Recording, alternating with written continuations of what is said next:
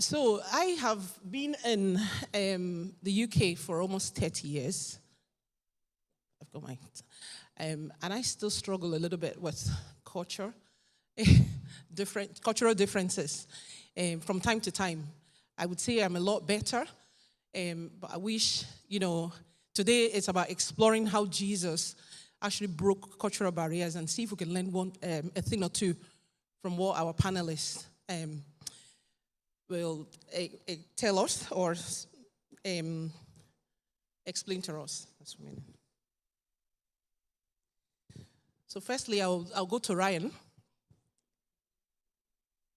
So Ryan has been doing one of our training tracks, and she's been amazing. Who's been in it? Who's loving it? Yeah. I've been blown away. So hopefully she'll blow us away today as well. So Ryan, Jesus engaged often with women and the marginalized group in ways that were countercultural for his time. What impact did this have on his followers, and how did Jesus' willingness to engage with them challenge the prevailing cultural norms? It's such a big question. She sent this to us and we were like, okay. How much time do I have? No, I'm just kidding. It's a big question, and I've been thinking about this a lot the past couple days, and if you're in our training track on Thursday night, as we talk about women in the Old Testament, you'll know that we actually have been talking a lot about biblical law. The confused looks I got on the first week were everywhere, but I really think that biblical law oftentimes sets us up to understand so many different facets of the Bible. So, in thinking about what is a cultural norm during Jesus' day, and who made up these cultural norms, like how did the norms get to be norms? That's kind of where my mind first went. And I don't think we can talk about biblical norms or cultural norms in Jesus' time without understanding power structures. So in Jesus' time, he lived, it's around like 0 is kind of the general time frame, but like early BCEs to early ADs. And during this time, there was kind of a Roman occupation in the land of Israel, and also several other big cultural groups had resided there previous to Roman occupation. So we had Babylons, we had Assyrians, we had lots of different tribal groups that resided. So it makes it a very diverse place. But within all of this diversity, there was a group of Jewish leaders known as Pharisees. You might have heard of them before. And these Pharisees had established kind of a hierarchy of power in which they were, in some sense, like a judge and jury kind of setup. They held the power to say who was sinning, when they were sinning, how do you make up when you have sinned? And the way that they did this was their own interpretation of biblical law. And biblical law, for those of you that maybe haven't read through Deuteronomy and Leviticus and Exodus, or think it's really fascinating, because I do, it's the first few books in the Old Testament, Exodus, half Exodus, Leviticus, Numbers, and Deuteronomy. And they go through a lot of laws like thou shalt not murder, or strange laws like if your ox goes into the field of your neighbors and destroys their harvest, here's how you make up for that deficit. It's really applicable, right? Because we all have oxes at our home. What I think sometimes we often miss in Old Testament law is that it's not just prescriptive. It's not meant to say, okay, well, if this exact situation happens, then I need to do exactly this. God gave the law initially to the Israelites to really give them a sense of what wisdom looked like. What does wisdom act like? What happens when conflict comes up with your neighbor? Or when there's an accident or a trauma or a murder, or when someone has done something that harms another person. This is what wisdom looks like. And that's what the law is trying to do. And I think that the Pharisees, if I can be bold enough to say, I think they got it pretty wrong. I think they started judging people, saying, this is wrong, this is right, or this is what you're supposed to do. And this comes into confrontation with Jesus. Jesus says, no, you missed the mark. The law says thou shalt not murder, but if you even have hatred in your heart or you're angry towards your brother or your sister, you're in judgment. It's not enough to just say that I'm going to do the 10 Commandments or whatever part of the law that was chosen. And so I really think that Jesus' breaking down of cultural barriers was to look deeply at what it means to live in wisdom. And as I was kind of sifting through various times where Jesus had stood up to Pharisees or religious leaders and attempted to combat, I think, the judgment that was happening, it was often for the purpose of inclusivity, standing up for the marginalized, for women. It was never to exclude. It was never to judge. And I think that the way that he uses biblical law is to say, you've missed it. This is about wisdom. This is about how to live a wise and God-fearing life where everything that you're doing, how you're interacting with others, how you're caring for people, it is about living out that wisdom that we see in the Old Testament. Thank you, Ryan.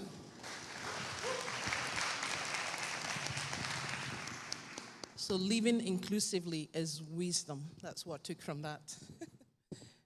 Sorry, let me open my next. The next question is for Chichi.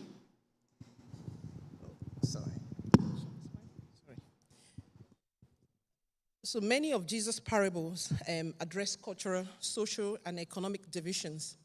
Which parable do you think most clearly demonstrates his commitment to breaking down barriers, and why?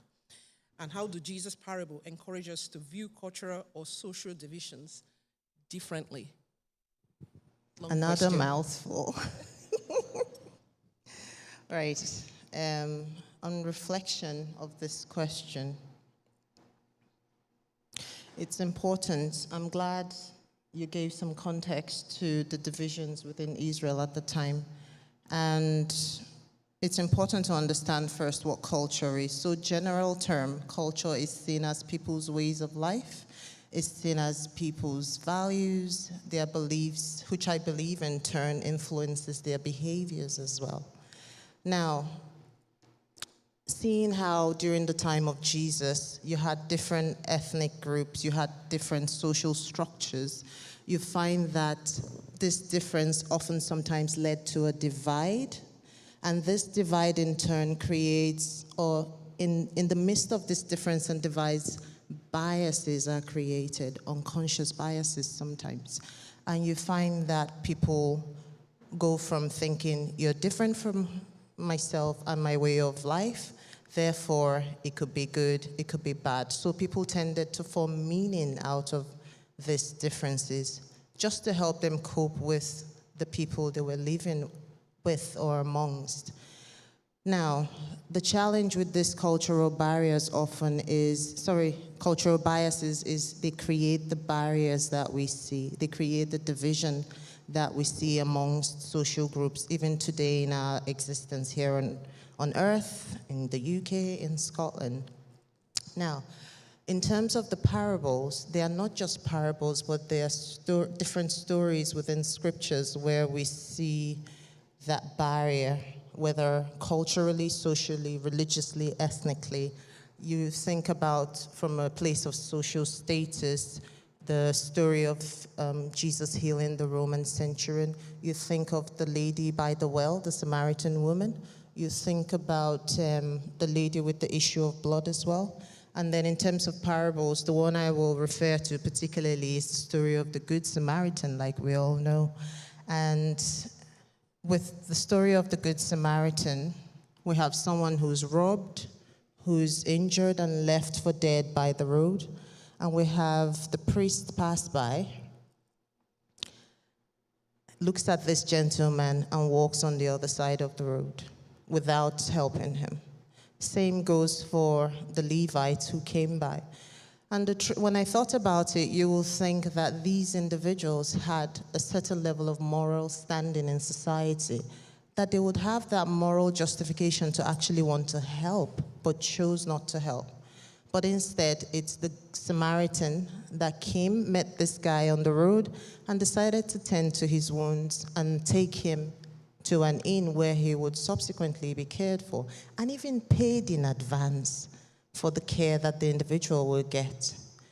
Now remember, prior to this parable story, Jesus was speaking with, or an expert had asked Jesus, what is the greatest commandment or so? And Jesus I think Jesus asked him a question in turn, and then he said, love God with all your heart and with all your mind, and love your neighbor as yourself. And then Jesus says, go on and do that. And he comes back and says, who is my neighbor? So that's when Jesus told the story of the Good Samaritan. And then Jesus, after telling the story, goes back and asks the individual, so whom do you think has done the right thing here? And he says it's the Good Samaritan. Then Jesus asked him to go and do likewise. And it's the same thing Jesus is asking of us, that love and compassion, challenging those barriers that we see, and through our show of love and compassion to one another, breaking those boundaries. Now, if I have enough time, I'm going to run to the story of the lady with the issue of blood, because I feel like I relate with her. She's someone who was rejected by society. Ritually and ceremonially, she was seen as impure, an outcast, unclean. Not only that, the Bible says that she had suffered under many physicians. So she has seen so many people and yet no cure. She had also spent all the money she had, which means she was poor and she was deprived. And sometimes we often find ourselves or we see people in similar situations. Now, this woman, as far as I'm concerned, she had the worst coming with her. And then she goes to Jesus and touches the hem of his garment.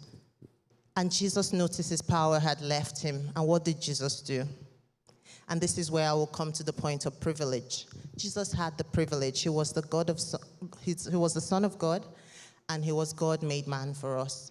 And he had that privilege. He had every right. He had the healing power. But he still called her out.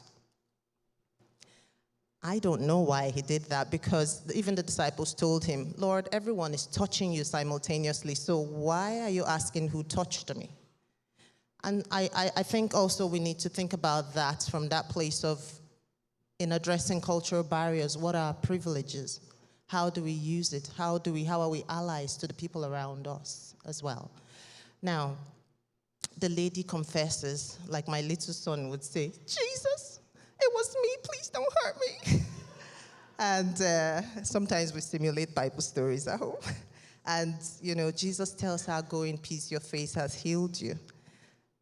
Jesus offers peace in that point. Jesus not only is asking us in the other story to show love and compassion, but that when we come to him in our traumatic point, at our points of rejection, at our point of hopelessness and helplessness, he's still there to offer peace, to help us to carry on. Thank you.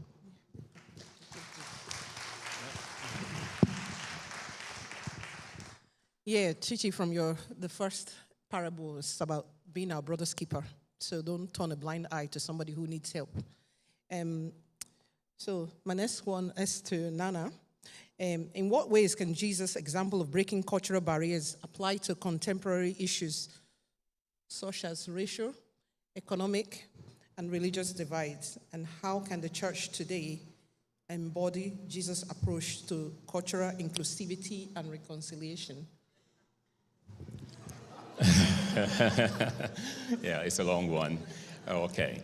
Now, firstly, I would like to start by addressing how Jesus' approach to breaking barriers applies to, contemporary issues.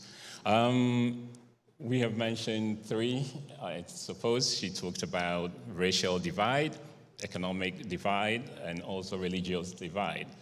Now, to address this, I would like to build a context which also borders around what has been said, but just to place things in perspective.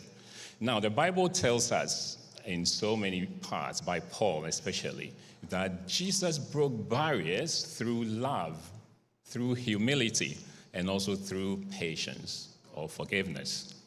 Now, when Jesus was teaching the church, he summed up the 10 Commandments in 2 main parts, which most of us will be familiar with. Again, Chichi mentioned that the first part is to love God with all our hearts and mind and our soul. But the second part is about loving our neighbors as ourselves. So this is the premise of Jesus' ministry, which is that we are all one in Christ. And the key word here is love and not condemnation. Now, talking about loving our neighbors as ourselves, it came up again about who these neighbors are. Now, your neighbor could be that person of a different racial background.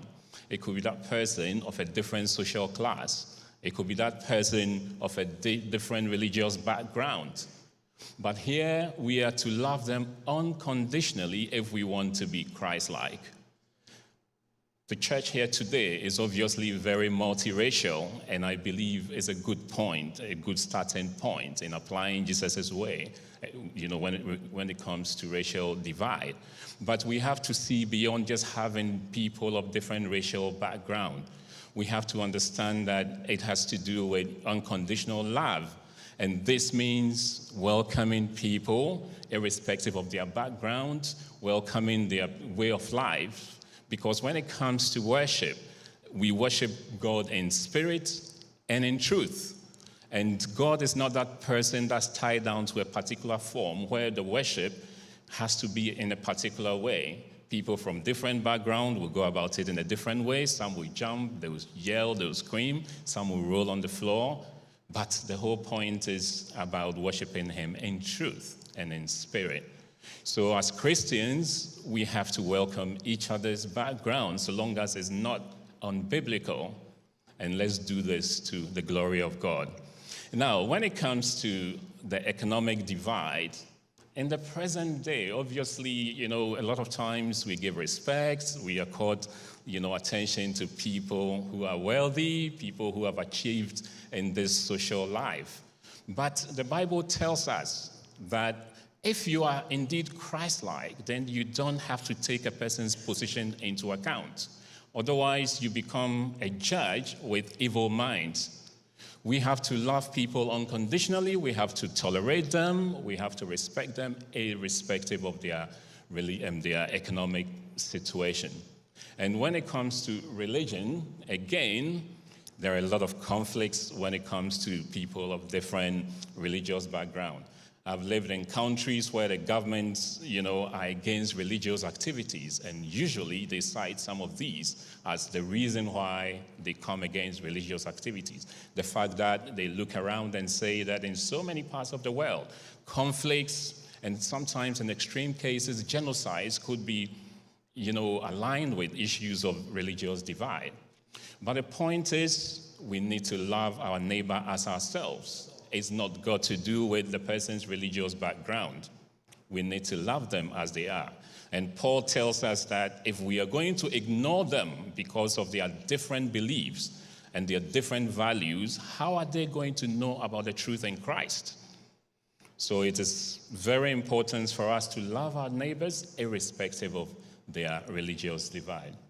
Now, you asked about the churches, how the church embodies some of these. Now, in the church today, most churches go all out to encourage people of different backgrounds. But as I did say before, the fact that we pull together people of different backgrounds is not the key point here. It's about welcoming, accommodating each other in a manner that is glorifying to God, as long as we are worshiping in spirit and in truth. So this is what I'll say for now.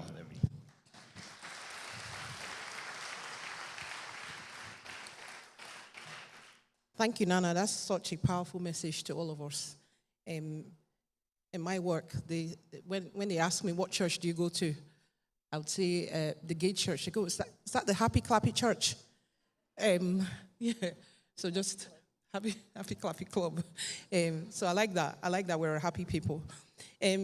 Last question here is for Ruben. It's Wadi again. The story of the Good Samaritan and Jesus' interactions with Samaritans are countercultural. How do these interactions model breaking down prejudice? And what do these stories teach us about Jesus' approach to cultural and ethnic divides? Okay, thank you. I'm just here thinking, like, what can I say to these things? You know, if they've all shared knowledge and everything, there's nothing much for me to say, but what I can say or add to all that have been shared by these great and lovely people is that I will speak from tradition and love, but I believe love has been touched by my senior father. So I will not go much into it, but I will speak on tradition and culture.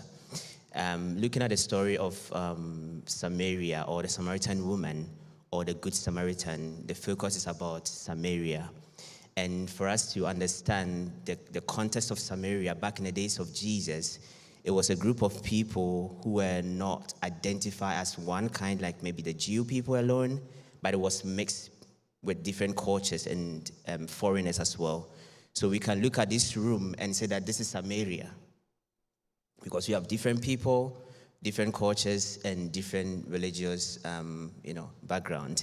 But then Jesus is picking on Samaria to make a parable and also have an interaction with a woman from this nation. And the reason why I believe I want to go in the line of tradition is because culture is a gift. Tradition is the standard of men. So we could see Paul writing to Colossians that because of the traditions of men, the word of the Lord is not even able to advance. And because of the tradition of the Jew people, they could not even accept Jesus when he had to come through his own. So the Bible says that he came through his own, but his own received him not.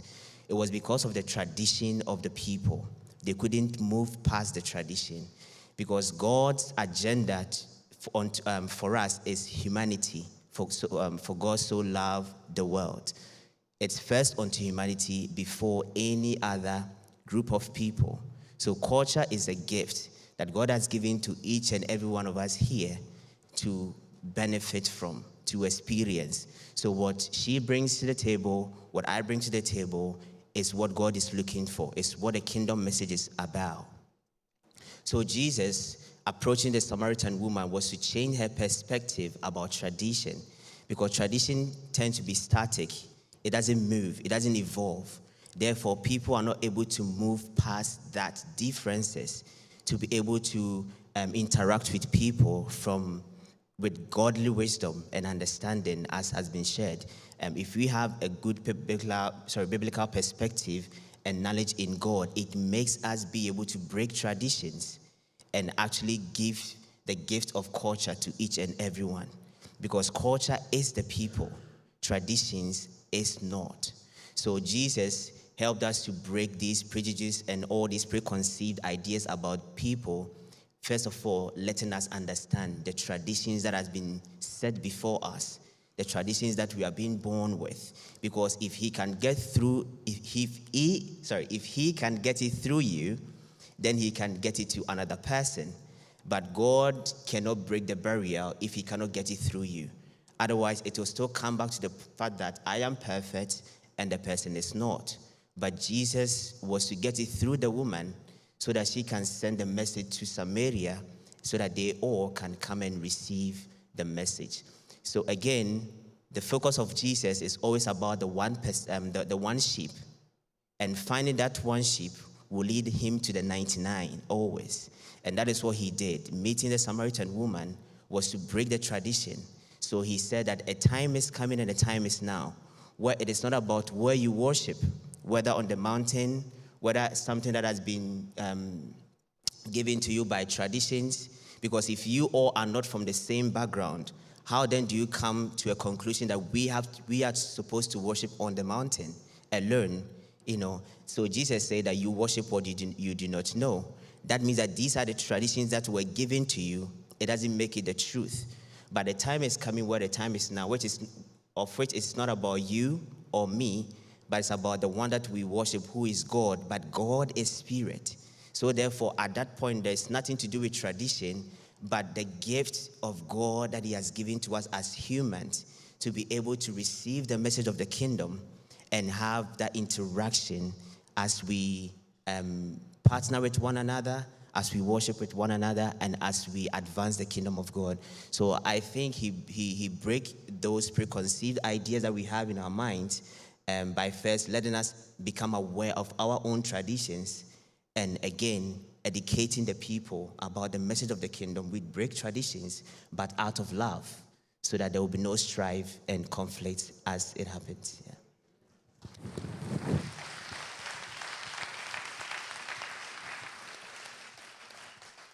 Wow, that's been amazing. I was going to ask one more questions, but I think they've all answered this last question, which is, just the practical steps we can take as individuals to break cultural barriers amongst us. And they've mentioned love. They've mentioned, what other ones have you mentioned? I'm just testing them. Love is the biggest one anyway. It's loving your neighbor as yourself. Be your brother's keeper. Good welcoming when you come in, when others are in. If you don't know somebody or you're seeing them for the first time, good welcoming. If it means to introduce them to somebody else that will support them, that's absolutely fine. But that is some of the practical steps we can use, to break cultural barriers amongst us. Give the panel another round of applause.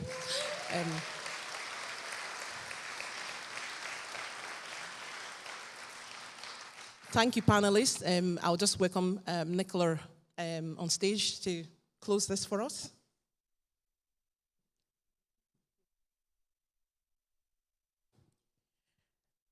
Stella asked me to summarize. I'm a little blown away. When Ryan started, I was like, I want to go and have lunch with her and unpack that a little bit more. And then Chi-Chi spoke, I was like, no, I want to go and have lunch with her and unpack that a little bit more. And then Nana spoke, was like, no, I'm having lunch with him. And Ruben, I'm going to have lunch with you as well. What a richness in that. I can't begin to summarize that. I had a very interesting experience over lockdown when, those of you that know me know I work for a bereavement charity, and we do quite a bit of counselling work. And when we pivoted from meeting people in person to working on the telephone, some of my volunteers came back to me, and one of their big struggles was hearing accents from other parts of Scotland. So I had volunteers who were up in the north of rural Scotland listening to very broad Glaswegians. And they were like, we just don't know what they're saying. And yeah, it sounded funny at the time because this is the same nation, people.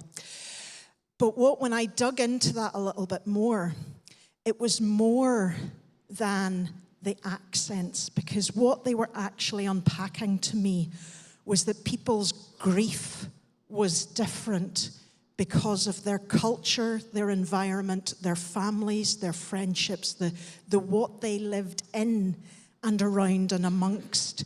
And I was really struck by that, because here we were in the one country, but culturally polarized. Now, you'll know from my accent that there is something of me that grew up in a very polarized, divided country. And I know what that's like to stand person against person and no hatred, where culturally we look the same, but we are very different. So just as we bring this service to a close, I don't want to bring these conversations to the close. And what I've learned from today as well is I'm not having Stella for dinner because she asks long and hard questions that in themselves I want to unpick. But I want you, as you come into this last piece of sung worship, as we go and have food together. Stella told me what food it was, but she got to jollof rice, and I stopped listening because I was like, I'm in. That's all I need. But we're going to have food together as a community, as a family. And I want you to use that space intentionally, because worship doesn't stop when these guys stop. Worship doesn't stop when the panel shuts up. Learning doesn't stop when the panel stops talking. I want you to take these conversations and these curiosities into that time together with people in this room, with families, with friends. And I want you to think of what your question is of each other. And it might be, what is it from your culture that I can learn that I can worship God more purely with? That's a shorter question than Stella's. So what is it from your culture that I can learn that I can worship God more purely with? And I'm just going to bring us back to the flags.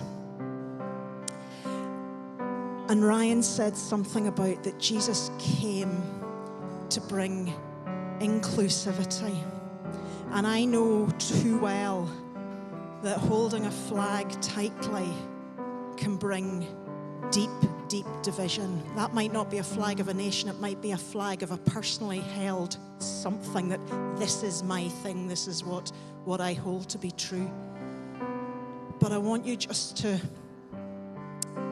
just take a moment in this last song to say, Jesus, you are above it all. You are greater, you are higher than any of my financial, political, religious affiliations. I want to hold you true because you are the author and perfecter of my faith. You are the Alpha and the Omega.